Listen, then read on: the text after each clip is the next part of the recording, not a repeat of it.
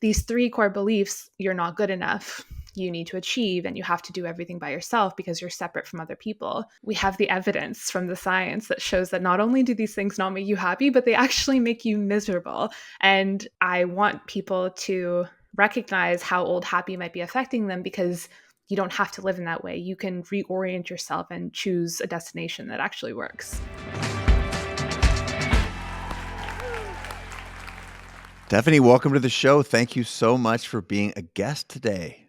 Thank you for having me. I'm so excited to be here with you. You're so happy, you mean? I try, yeah.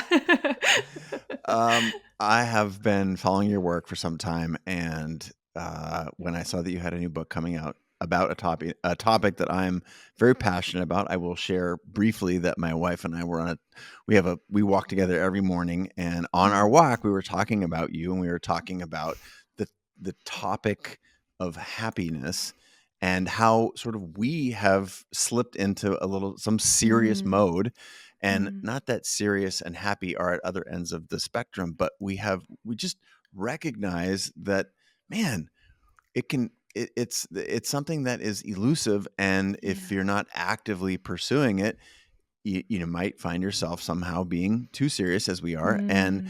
when I sent her the PDF this morning of your book, and we already started discussing it. So I'm just know that my wife has asked me to forward the link to our conversation before it's even public. So I'm going to do Oh my that. But for gosh. the Oh, people that's who, so there cool. you go. But for the people who don't know you, or may not be familiar with your work, specifically around happiness, can you please start off today's show by sharing a little bit about Yeah, yourself? so Yeah. yeah, well, it's funny that you bring this up with your wife and how easy it is to lose happiness. I often think that my journey of studying happiness actually began with my own unhappiness, of struggling to feel good, to feel purposeful, to feel like my life had meaning and mattered. And really, it was that difficulty that compelled me to want to figure out what I was doing wrong and how I could fix it. And maybe it's the problem solver mentality that I have about, thinking, okay, happiness is just a problem that I can solve and figure out how to address it. And ultimately, that ended up leading me to go to the University of Pennsylvania to study positive psychology, to start a company called The New Happy, which teaches people how to be happy, and ultimately to kind of share this new philosophy of happiness that I've developed in hopes that it helps people. Look how, like, that's a laser beam. What if not all the people that I know have that much clarity and Mm, focus. Let's start with your unhappiness then. yeah. Let's go back there. Talk to us about it, because I think if take my point of being, I wouldn't have considered myself the last several months. I've been really focused and digging out of a bunch Mm, of different. I felt like I've had a very full brain, and yeah. it has led me to become. I'm a playful person, but a bit too serious. So, Mm, referencing my opening salvo and what you've just shared about yourself, and that little hint that you dropped, it came from your own maybe unhappiness. Can you yeah. start us there? Like, what was going on and what got you interested in Yeah. trying to solve the problem, as you mentioned? I was in my early 20s living in New York City, the place I'd always dreamed of living, with the job I'd always dreamed of having, and no responsibilities, no obligations in my life. And I was deeply miserable. Mm. And on top of that, I was also more miserable because I couldn't figure out why I was miserable, right? Like looking around, I was saying to myself, "Oh, I have everything I've ever wanted in many ways. So what's wrong? Why aren't I feeling good? Why aren't I feeling satisfied with my life?" And I really ignored a lot of those feelings for quite a long time. I was able to reject them in many ways or suppress them and push them down. And that included just trying to pretend that everything was okay, trying to throw myself more into work, thinking, okay, maybe this job will be better once I get promoted or once I get celebrated in some way or whatever it is. And ultimately, it became so much that I couldn't ignore it. I started getting sick. I would have this full body rash that erupted all over my whole body, and it appeared out of nowhere. Nothing I did could get rid of it. And I remember I have these vivid kind of memories of walking around New York City in the 95-degree heat in the summer, wearing full sweaters and turtlenecks because I was so ashamed of the kind of sores on my body that I didn't know how to fix. Then I started having panic attacks. And then I started struggling to get out of bed in the morning, and all it culminated into this one night where I was found myself, sort of sobbing on my bedroom floor, having a very uh, kind of, I guess, like a breakdown in many ways, wondering what I was doing wrong and how I could fix it. And in that moment, I had this like tiny little spark of curiosity that came to me, which was, maybe you're not the problem. Maybe you've just been given the wrong instructions about how to be happy. And because of that, you've built your life around something that doesn't actually work. And that was the first time I ever really questioned the stories that I had been told about how to be happy and thought maybe there's another way or a better way to pursue this goal of mine. You feel like in the beginning, you share that story as the introduction Mm, of the book, and you ask a bunch of questions like, what if mm, could I do more? Could I be the best yeah, at my job? Could I be, get better grades, have more friends, be, better looking, whatever, taller, yeah. thinner? And is this these are questions that Mm, I feel like our culture has essentially programmed us to seek. yeah. And these are like these are the things that are shouting at us, and yet those are the wrong things to pay attention to. So Yeah. how have we got this so wrong, and how do we hear on the other side, away from this shouting, the whispers to get it right? Mm. So I call it eventually after I had no idea how to name those shouts right at the beginning. I had no idea how to describe them. I just knew that they were like this constant companion in my life, that I never had a memory where I wasn't being shouted at about how to be or what to do or how to live my life. And so uh, the first thing for me that really helped was starting to study what those influences were and how they were affecting us. And eventually I started calling it old happy, because sometimes giving a name to something is really helpful. It helps you to separate yourself from it. So instead of, me, this is the Stephanie problem where Stephanie can't be happy, it was, okay, Stephanie is being affected by old happy, and therefore that might be having an impact on her that needs to be investigated. And having that label became really helpful for me to start to tease out those core influences. And really, what old happy tells us is, it boils down to these three core messages: that you're not good enough. So those questions that you mentioned, those are all manifestations of the ways in which you could be better. The second is you have to achieve. Our culture is incredibly success driven, Mm. productivity driven, achievement driven. And we believe that if you achieve certain things, then you will be good enough, right? It becomes the currency by which you can measure your enoughness. And then the third one is you have to do everything by yourself. You can't lean on other people. You're ultimately, you're born alone and you die alone, and that's it for you. And you can never ever lean on another person. And so it took me like 8 years to figure that out and to tease those beliefs out, really. Wow. This story continues with you discovering uh, uh, your uh, boyfriend at the time Mm, got really, really sick, and yeah. you started asking questions beyond sort of your own curiosity of, why this disconnect between having everything and feeling ostensibly nothing. And then his name's Alex, is that right? Yeah. Mhm. Alex got very sick. I'm Yeah. wondering what role sometimes we experience things inside ourselves, and we either lack the courage, the will, the understanding, mostly, to take action. And then was it Alex getting sick that really prompted you to start to take some action towards your this new chapter in your life?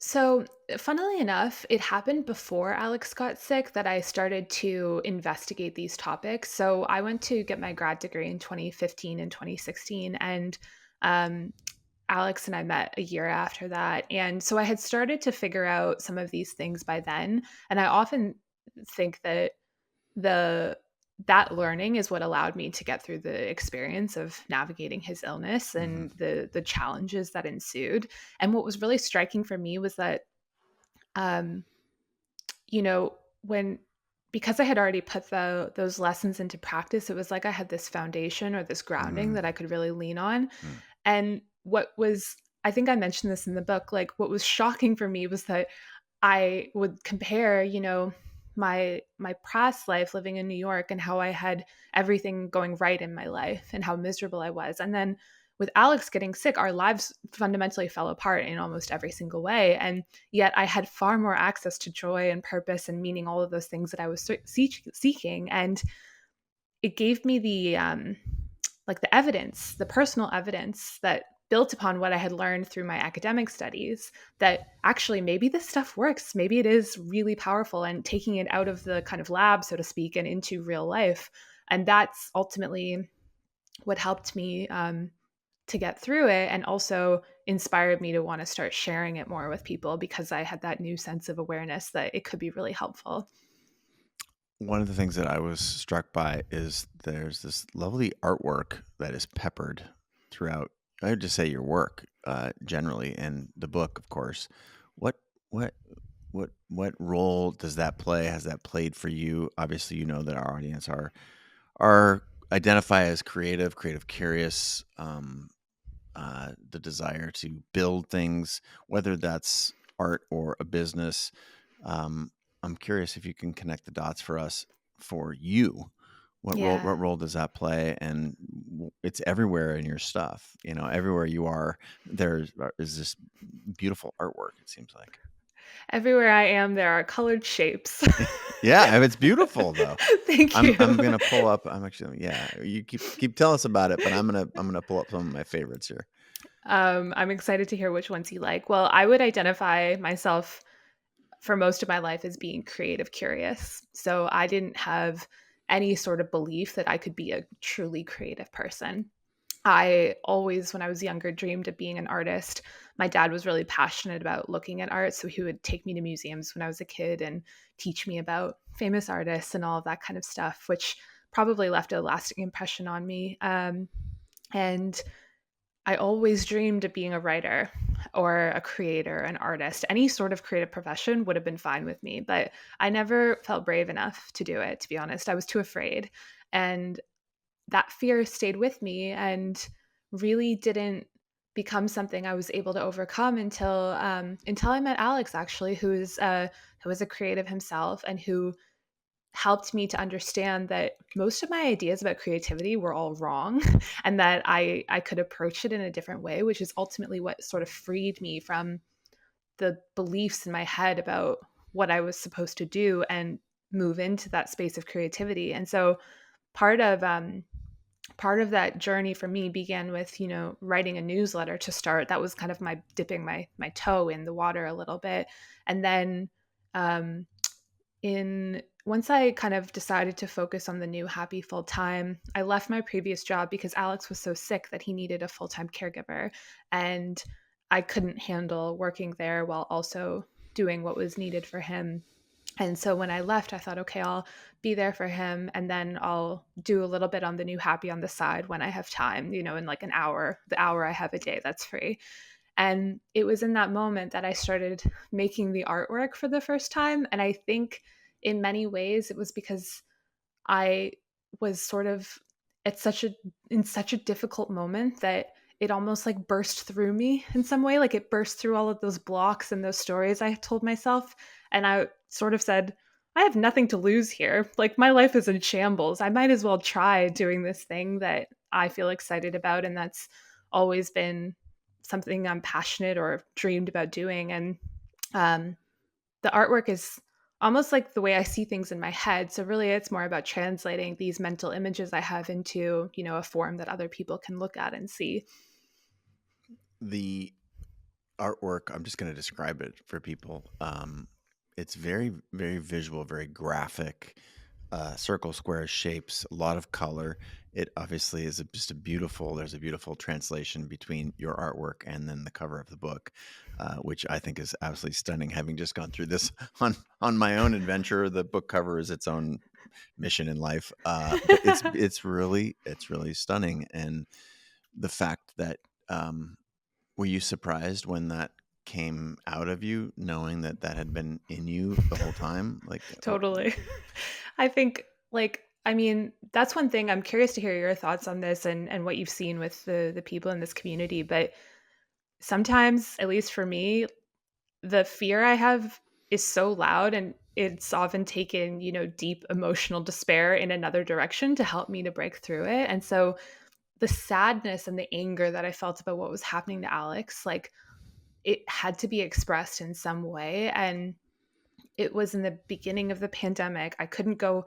I used to like exercise it out, right? Like I used to go and work out and go to boxing class and punch out my frustration about how things were going. And I couldn't do that anymore. And I was stuck in my house and I had no job anymore. So it wasn't like I could throw myself into my work. And it was, it took me a while. Like that would be the one thing I would say, especially for fellow people who want to create but feel afraid. It took me like 10 to 12 months to actually figure out the voice and the visual language and all of that, but it it was the process of repeatedly showing up and trying. And my goal at the time, because we were in such dire straits, was the only thing I had to do every day was to make a piece of artwork and mm, share it. That was the only goal I set for myself. Like, well, goal one was survive the day, and goal two was try and post a piece of artwork that you make. And it was through that repeated practice that I started to find my voice beyond the just first level of explosion of needing to make something. that makes me want to share a quote from my friend Brene Brown. Mm. Um, this is an epigraph in one of the chapters of my last book, but it's just so relevant. I had it queued up because I thought you might share something about this. She said, "There's no such thing as creative people and non creative people. There's just people who use their creativity and people who don't.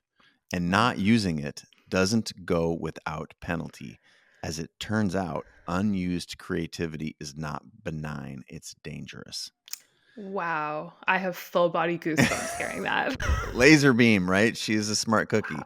Um, and and yet I feel like for those of us, I also sort of eschewed or turned away from my creativity for a long time at the urging of some adults in my life, starting as early as second grade.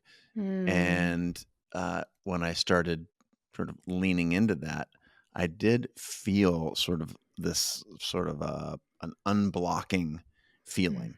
I'm wondering if you can correlate the the beginning to create and post every day with the beginning of your healing journey, or is that mm. is that too much? Am I putting too much emphasis there? And if I'm wrong, tell me how. No, definitely not. You know, Not to kind of jump ahead too much, but I have come to believe that, after my years of research, that the secret to happiness is helping other people to be happy using who you uniquely are. And so for me, I was able to, the irony of this whole experience with Alex and what he went through was that I was put in this position where I was being of service to him and helping him. And that gave me a great deal of purpose and love and connection. But what was even building upon that was that it was also when I started to help people through the new happy and to try and express myself creatively in a way that supported other people. And that's what sustained me, like helping people through the artwork and through the knowledge that I had gained. That was what got me through it. And I I really don't know where I would be or if I would have really kind of made it through on not unscathed, but you know what I mean, like functioning Mm. perhaps is a better way of saying it. And it was it was the it was it's so strange in so many ways because here I was like kind of sharing this philosophy that, you know, be who you are and help other people. That's the way to happiness. And then I had this opportunity to actually really apply that in my own life. And the joy that I've been able to feel because of that has been tremendous and something that I just actually never had access to. It was almost like there was a second story of happiness that I never knew existed. And this shift has helped me to climb upstairs, so to speak. I love that articulation. Very clear. And I think it would be good at this point to introduce a little bit of backstory. Let's talk Mm, about, and you define this very clearly in the book, the old happy, mm, and then sort of the three principles that you thought were true prior yeah. to all of this, um, your universe basically opening up and becoming unblocked. Yeah.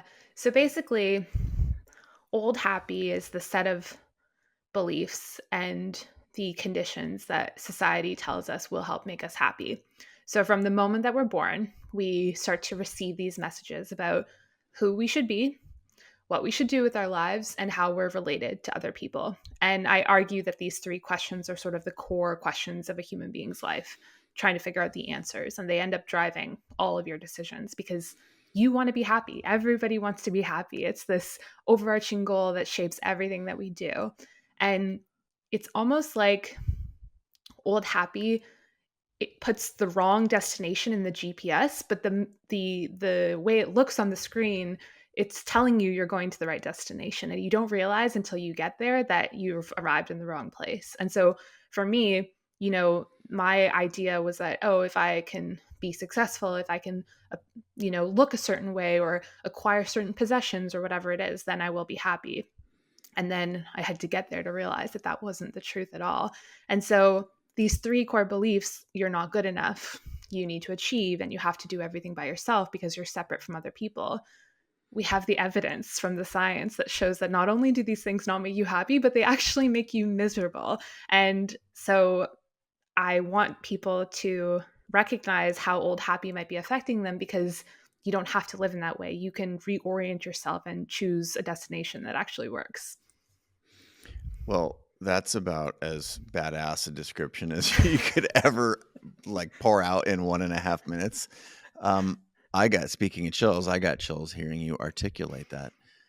So let's then, if we just sort of articulated reasonably well what the old problem was, you have now said, hey, look, this bringing the highest version of yourself in service of others Mhm. is really the path. Can we get tactical for a moment? Because Yeah. right now, there's a big gap for people who are watching or listening. They're like, cool, I buy it. Help me get started. Yeah, what do I even Yeah, do? where do Right. I go? Big problem, big challenge. I totally get it. Honestly, the first recommendation I always have is start looking for old happy. Like, start paying attention to it and noticing it, because that is the first step to awareness that can help you to make changes happen. And so, the next time that let's say, like, you're working at your job and you feel this sense of pressure to stay really late and push yourself to go above and beyond, just pause, kind of question that and be like, is that me who wants this? Is this something that's aligned to my goals and my desires and my ability to serve the world? Or is it a message I've received from old happy about the idea that I have to always be productive in order to be happy? And starting to just question where it's showing up in your life, and having it be a framework that you can apply, almost like a lens to look at the world through. Because what happened for me was that as soon as I put that lens on, my attention camera, I I started seeing it everywhere. And to this day, I'll be reading the news and I'll say, like, oh my God, like, look at this old happy thing that's happening out here. And it's been a fundamental shift in my worldview to be able to recognize it. And so that's the first thing. And then from there, you can start to unwind those beliefs a little bit more. And we can get into more of the detail on that. But really, we have to start with noticing its presence. All right. It's like awareness is the first step in everything, right? And Annoying. yeah, it's man, those practitioners of awareness, they figured it out, didn't they? But let's talk about there's right now. I feel like whether people are trying to reinvent themselves into a new career or they're trying to get out of the old happy into the new. Hmm. m- Um, One of the things that I'm writing and thinking a lot about right now, very intensely, is how we discover those parts of ourselves that we have sort of crammed down in service of the old happy. Hmm. And it's sort of like the ragu commercial from the 80s when I grew up. It's like, it's in there somewhere. It's in there. And you've got to try and find a way to shine a light on it, to uncover these Mm, gifts, to remember why you yeah. matter, to remember that you have talents that, that you are, potentially great at. And Yeah. how do we get to those? How do we get that Yeah. access? There's like a portal that we want to go into, because it's difficult to, when you've smashed that stuff down so far, so hard for so long, how to remember what's in there. What do we do? It's so hard, isn't it? I so relate to it. As we were just talking about, who would have thought, certainly not me. If you had told my 21-year-old self that when I was my current age now that I would be making pictures for the internet as my job, I would have been horrified. Like, And like writing that's books and writing and, books, and right? writing books. But that came later. Like, you know what I mean?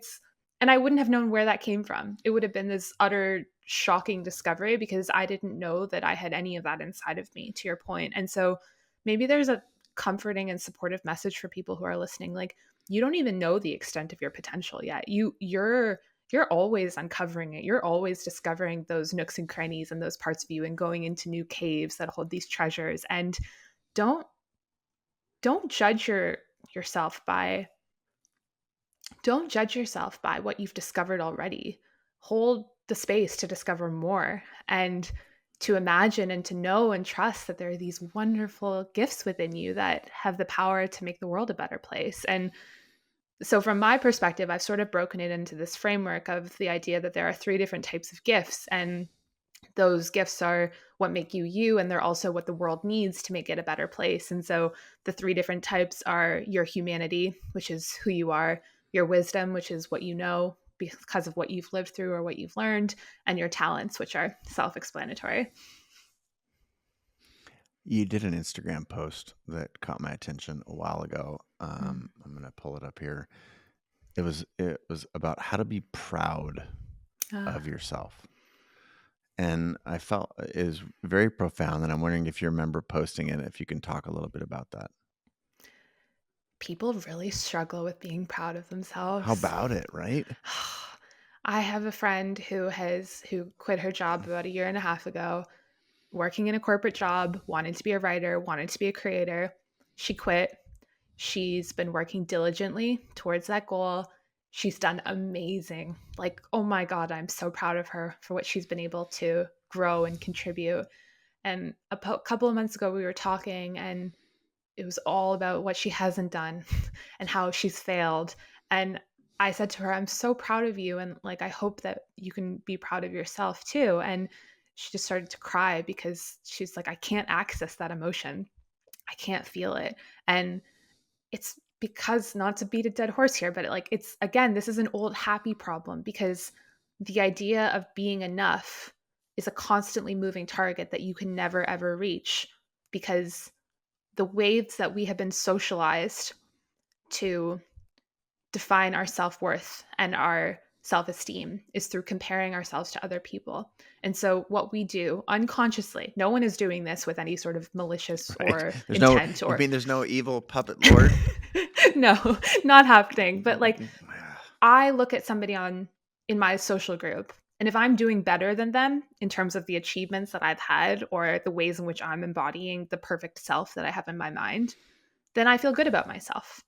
And then if I open up the internet and I see somebody who I follow who is 10 times more successful, 10 times more beautiful, whatever it is that I'm defining myself by, then I feel bad about myself. And so it's this roller coaster of comparison that occurs. And then those standards of our society get layered on top of it. So, how can you be proud of yourself if you're never measuring up? Because there's always a new up to reach. And I think that's why people struggle so much with being proud of themselves. Hmm. There is a need on page 199 Mm. that binds us all together, you argue. Mm. I'm wondering if you can talk a little bit about that. Do you remember that specific part? It was My favorite chapter and the hardest one to write, of course. I don't know if that's been your They go experience. together. Trust me, they go together. Oh my God. I must have done 40 drafts on that chapter. It was a nightmare. And now I'm so happy I did, but it was really hard for me to figure it out. So I argue that we're not separate from one another. And in fact, we're all deeply interconnected and completely dependent upon one another for our well being. And that plays out in so many ways. One of the things that pisses me off the most about the discourse around happiness and well being is this idea that you can be happy by yourself, which I think is utter nonsense. And in reality, every moment of happiness that we have is enabled by other people. We would not be able to survive, let alone to experience any sort of joy without the contributions of other people that are seen and unseen. And what I argue is that when we realize this, we can contribute to other people's lives with this powerful sort of energy and zest because we're not saying like, hey, when I give to you, my happiness is taken away from me. In fact, it is expanded, and I can contribute to your life in a way that also contributes to mine, and together we can create a happier world through that. We can build the world that we all want to live in, and it all starts with us choosing to give of ourselves to other people, knowing that the reward is personal well-being for us, and that my happiness and your happiness, Chase, are not at odds. We can experience that together and support one another through it, and by doing so we can craft this world that we all really want to live in, I think. And so for me, that chapter is sort of the heart of the new happy in many ways. It's the most important message in the book. How did you find that Steve Jobs poem or that email or poem or email that he sent to I himself? think it was posted on Twitter on by there's the foundation that his wife has put together with like little letters and quotes and emails and stuff like that. And when I saw it, I thought, wow, this is so interesting because also like part of it is the contrast between how we perceive somebody like Steve Jobs as this individual, like, great man kind of thing, and recognizing that in fact, maybe his greatness came from realizing that he was dependent upon other people. Okay, I've got it pulled up here, and I wanted to ask you where you got it because this is also not a side of, as you said, the contrast. It's not a side of Steve Jobs that we think Yeah. existed. It's just 10 lines. I'm going to read it really quickly. I grow little of the food I eat, and of the little I do grow, I do not breed or perfect the seeds. I do not make any of my own clothing. I speak a language I did not invent or refine. I did not discover the mathematics I use. I am protected by freedoms and the laws that I did not conceive of or legislate, and that I do not enforce or adjudicate. I am moved by music I did not create myself. When I needed medical attention, I was helpless to help myself survive. I did not invent the transistor, the microprocessor, object or oriented programming, or most of the technology I work with. I love and admire my species, living and dead, and am totally dependent on them for my life and my well being. Again, that does not sound like the Steve Jobs that we know, and yet there is this wisdom couched in all that. I feel like there is a beautiful leap that you've made. It's easy to say that we are all connected, Mm, but I feel like it's hard to say that we actually need one mm, another. yeah. And yet, this is at the core of the new happy, right? This is what helped Yeah. you get uncorked your love and desire to help and provide for Alex. And here we see this with Steve Jobs. Yeah. And you've done a beautiful job. My background is in philosophy and logic. Like connecting A and B is really important in my creative brain. I identify as a creative, so this is a constant challenge for me, and Mm, yet I see it so clearly in your work. Can you tell me, what was at the core of, was it just personal experience, or was it personal experience plus you seeing all this evidence out there in the yeah. world? Like, how did you sew those two things together? I think it's interesting that you commented this was the most difficult chapter to write. But I'm wondering if you can help connect that. I understand how we're all connected, but this idea that we that we need others is very profound, Yeah. and something that you don't find, especially Americanism is so independent. And, there's the Canadian folk out there, there are more stoic versions, but like how to reconcile this modern concept of an individual and our autonomous selves with this core belief that you share in the book that I think is really very, very compelling. Thank you. That means so much to me. I would say it was both the personal experience and then seeing the absolute mountain of evidence that I was able to pull together.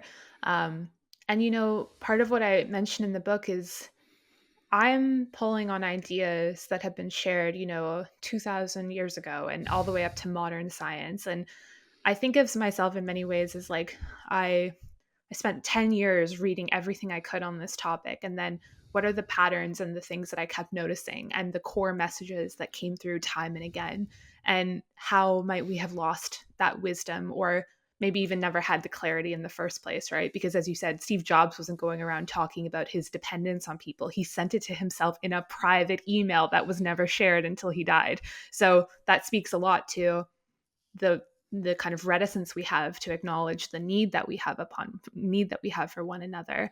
But this idea that dependence is a bad thing is so baked into old happy American culture. Hmm. Like in every way, right? Thinking about the way the government treats people who have needs that are not supported in certain cases, the way that, we talk about those who achieve great things. It's always about, look at how they did it all by themselves and they never ever relied upon anyone. And then, you read their biography or their autobiography and it's this person helped me here and this person helped me here and all of those things that happened. And there was a part of this chapter that I ended up cutting because I felt like I hopefully had made my point sufficiently.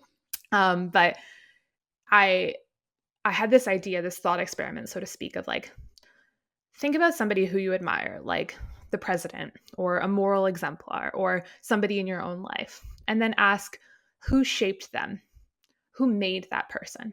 Was it their parents who raised them? Was it the teacher who helped them to discover that they had a talent for creativity? Was it the librarian who helped them find a book that unlocked a new skill in them? Was it the friends who encouraged them and supported them through difficult times in high school? Was it the person at school and university who took an interest in them? Was it a friend who helped to go with them to a difficult experience and held their hand throughout it? Like the list goes on and on and on. And who shaped that person? Everybody, every person. And to the Steve Jobs quote, the people who lived tens or hundreds of years ago who made all of that person's experiences and their safety and their well-being possible. So how could any single one of us ever think that we've done anything alone in our lives, and how could we ever separate ourselves from other people? That's where the need is. The need is deep and indivisible from who we are, and if we fail to acknowledge it, we will never be happy. There's this brilliant line in the book that I've highlighted here. It's, what need will you meet with your gifts?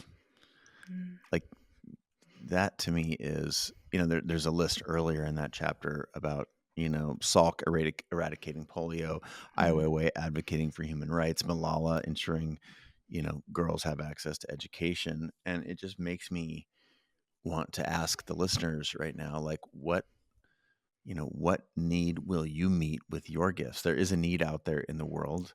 Mm. And do you feel that if I'm asking you to be prescriptive, Mm.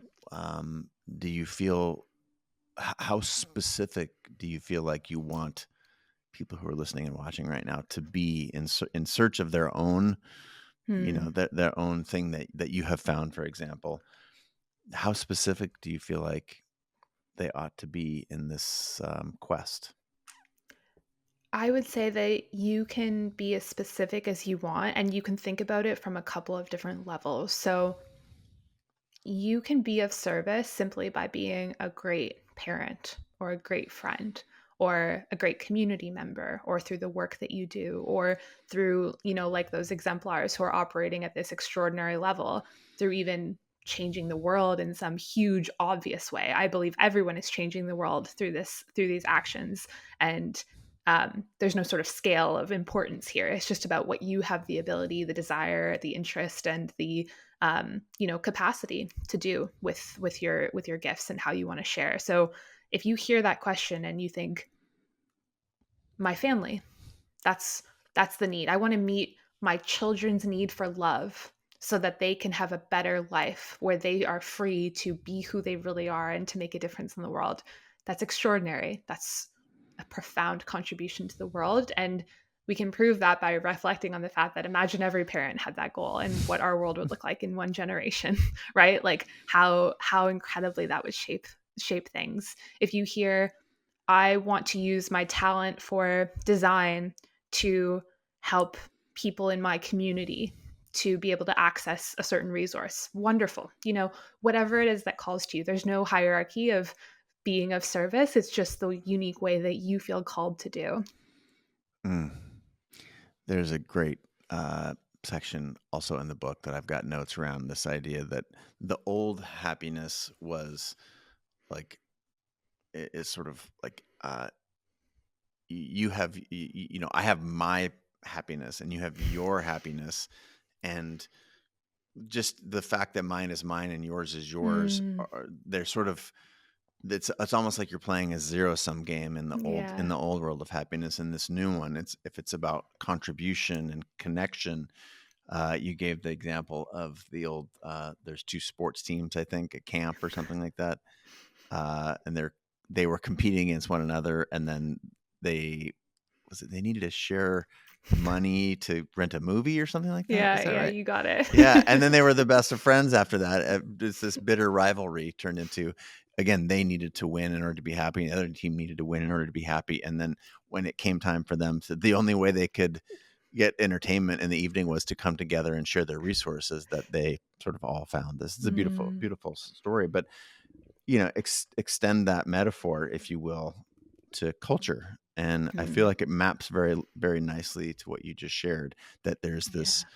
we've all got a gift. And what did you said it more elegantly. There's no higher calling, or no one is Mm. better than any other. What did you say again? Do you Yeah, remember? yeah. I think you got it right. Okay. I think that's what I said. But like, to me, these ideas seem very profound.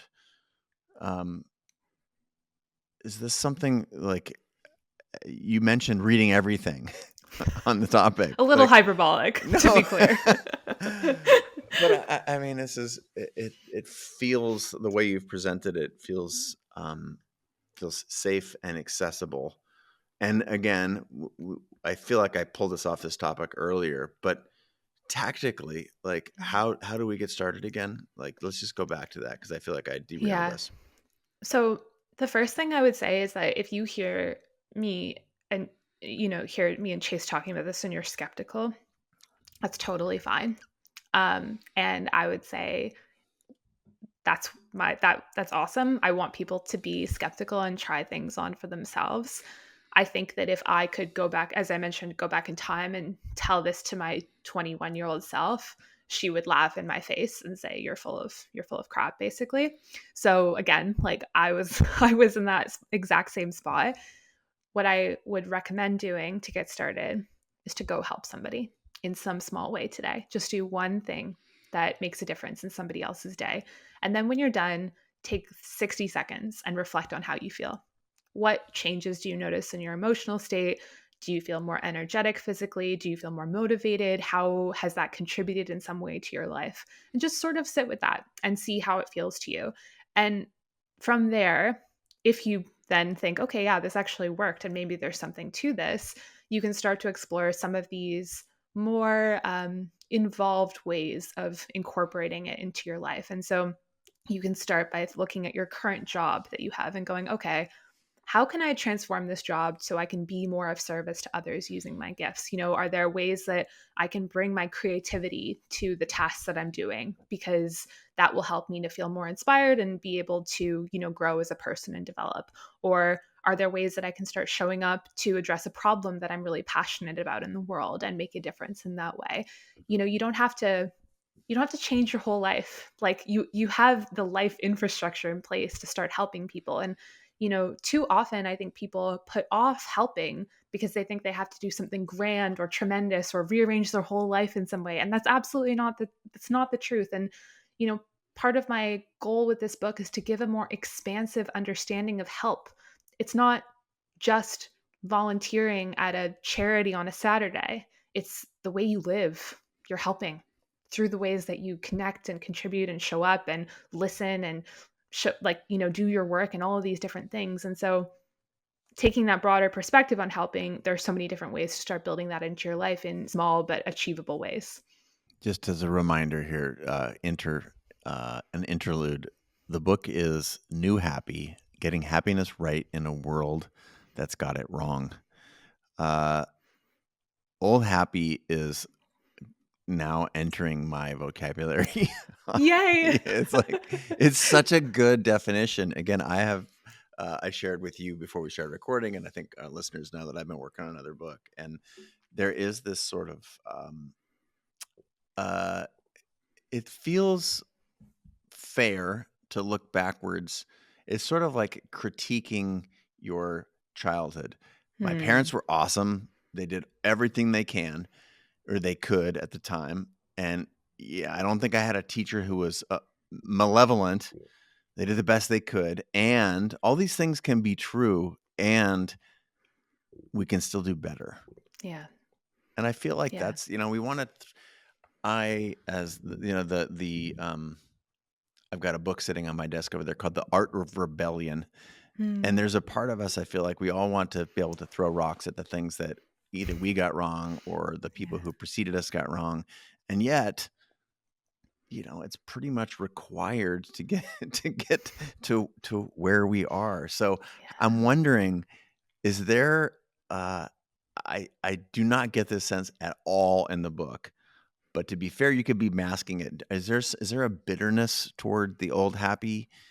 And is there some sort of is there sort of a like the Eagles and the Raptors? Is there a competitive spirit here, or do you feel like this is something that you were able to let go of and understand that it happened for all the reasons that it happened and move on? And there's a connection here between the listeners. Like, is it worthwhile to be angry at the way that you are right now and to start something new?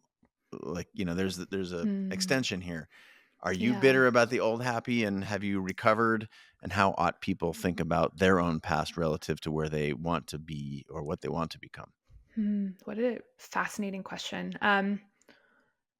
The funny thing is that sometimes, I don't know if you've experienced this, but I have, anger can propel you to take action, right?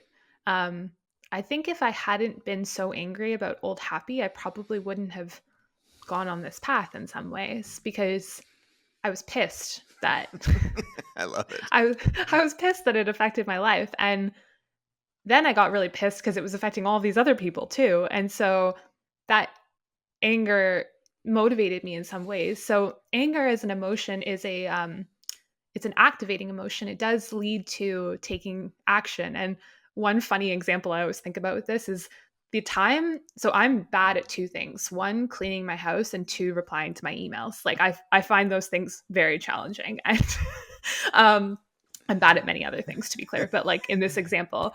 And I am most effective at doing those two things when I'm really mad about something, when I'm angry. Like I will, if I, get pissed off about something, then I'll go and clean my house for an hour or get through all of my emails or whatever it is. And that's because it drives you to take action. So if you're angry, that's okay. Can you use it? Can you use it to move towards something good? I think the problem is when anger does the reverse. It doesn't move us forward, it moves us backward, right? Like it moves us to go and revisit old hurts or to dwell in bitterness as you're describing, and to perhaps even like take out your anger on other people, which is how that vicious cycle can be, kind of facilitated. So if you're angry, then that's fine. See what you can do with it and what's the productive path to channeling it towards something that matters to you, because sometimes actually that's the best way to solve problems. I can't recall the exact post, but your Instagram, you've talked a lot about how to sort of channel anger or use it, or Mm. what it feels like when it comes up. And that's another thing I want to give a hat tip, and encourage people to give you a follow. It's Instagram.com, Stephanie H. Sun. You've got a really lovely, just the information it feels very heartfelt and earnest, and there are meaningful tips like one on anger. I think I feel like I've seen a couple of them. Um, I'm wondering what has been. Let's just zoom out to the artist in you. Mm. The process of putting together this book. What Mm. has been, on the two ends of the spectrum? What has been the easiest part of this journey for you, Yeah. and the most difficult parts? And specifically about the making of the book or the Yeah. whole process? Um, What's more interesting? let's focus our attention. Let's talk about the book in particular, because Yeah. there's the ongoing creative aspect that I feel like we've already touched on, but then Yeah. there's putting it all together in a package that you can, hand your ideas out. And so for other people listening, maybe it's a podcast, or it's a Yeah. screenplay that they're working on, or building a business or something. Let's talk about it in terms of a project. Hmm. It was really hard, the whole thing. So, honestly, I wish more people would say that. I found it really, really tough in almost every possible way. And that was after spending 3 years making artwork and writing every single day. So, if you have a creative project and you're finding it hard, like solidarity, I just think it's really tough. um, I I struggled so much with the first part of getting my ideas onto the page in a way that they reflected what was in my head. And that was what was really hard about that chapter you mentioned, Mhm. because I knew in my bones, like, we're all interconnected, great. Like, I knew that. But how do I actually write that down in a way that is accurate? And then the second part of that was how to make it entertaining and accessible and like a fun read for people, hopefully, right? Like, one of my goals with this book was to make it, I want it to feel like a book you want to read, and something that's, like there's stories to keep you entertained, and it doesn't shame you, it doesn't make it feel hard, it should feel, my hope is that it feels really accessible to people, I guess. And so that second part of taking like my default response, which is like, let's talk about 50 studies that like have been done on this or whatever, and then being like, oh no, people don't really care about that, like they want to hear about the finding, but we want to deliver it to them in a way that's helpful. And I think that that required me to come to terms with a blind spot that I had, which was that I had overcome this with like the artwork and the stuff I do every day, but with the book, I I lost sight for a little while of the fact that this book is an act of service as well, which is very ironic given the topic. But you know what I mean? Like, Oh, I I know. got I I got in my head about, oh, I have to sound really smart, or I have to make this like about how much I've learned and like show everything and blah blah blah. And then I I was like, this is horrible. Like, this is for them. This is for the reader. And it was only then that I was able to unblock myself and remember that, you know, and to be honest, I would love to hear what you think about this, Chase, but I can't create without it being an act of service. Like, for whatever reason, I am blocked. That channel gets shut down for me if it's about me. And that's the only way I have learned to access it. And I know there are amazing artists out there who do work for their own fulfillment and joy, and that's beautiful. And so much of our great art is about that. But for me personally, I don't have access to it unless it has that greater purpose. Fascinating. There are different modes for me, Yeah. and I Mm. operate in both, and I Mm. wouldn't say equally fluently, because I can get very blocked on both. So there's not a fluidity there, but um, it makes like I do not know a creative project that has not shown me the thing that there's like a meta aspect to every Mm. single project I've ever done. You're talking about happiness and being in Yeah. service of others, and then you're talking about yourself in the book, and you're like, wait a minute, You know, What happened? yeah. I mean, that my next work is largely around being blocked and getting unblocked, Mm. and it was the hardest book. It was the hardest project I've worked on in Oh, 10 years. wow. And I was trying to write about how accessible it should be for all of us to become Oh. unblocked. So I feel like this is one of the reasons I ask creative process questions, because it simultaneously gives me some insight and wisdom about your particular solve, and also makes me feel 10% better about myself I'm to so to glad. know that it's hard for all of You us. it's so easy to just sit there going like, "I'm the only one who can't figure this out," right? Like, it's just the default response of, "Oh, it's something wrong with me, actually." Oh. Well, I saved a doozy of a question for the Mm, last question, and it's not meant to be a gotcha, but it's mostly meant to get just a little bit personal. And that is, can you give me an update on your personal happiness? yeah, I love that. Thank you for asking. Um, I'm I am as I said, I would never have described myself as a happy person. I never found it to be something that came easily to me. And now I truly do feel like I'm a happy person.